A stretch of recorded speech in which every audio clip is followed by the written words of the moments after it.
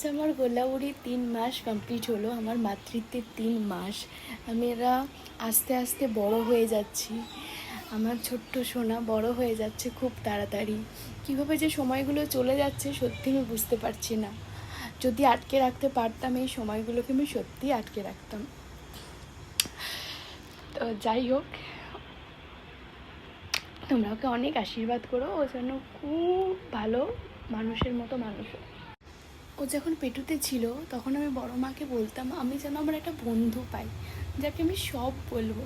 যেরকম আমার মা আমাকে সব বলে, আমিও যেরকম এরকম একজনকে তুমি দিও আমি যাকে সব বলতে পারি, আমার মনের সব কিছু।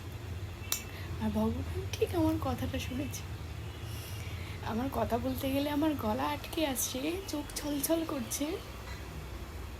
এটার কারণ তোমরা সবাই বুঝতে পারবে যারা নতুন মা হয়েছে। মা হতে গেলে অনেক কষ্ট করে মা হতে হয়। ওটি রুমের কথাটা মনে পড়ে যাচ্ছে, কত কষ্ট, কত লড়াই, সিজারের পরের হাঁটা, পোস্টমর্টেম ডিপ্রেশন, কত কিছু পার করেছি। এখন হয়তো সব আস্তে আস্তে মিলিয়ে যাচ্ছে, কিন্তু সেই দিনগুলো আমার সাথে কিন্তু ও সেইগুলো সারভাইভ করেছে। হসপিটালের একটা কথা তোমাদের সাথে শেয়ার করি।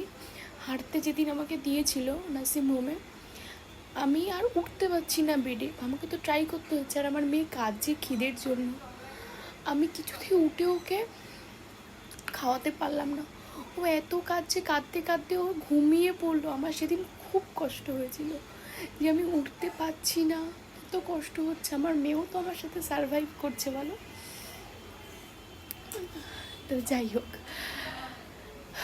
ওকে সবসময় ভগবান ভালো রাখুক, এটাই আমি চাই।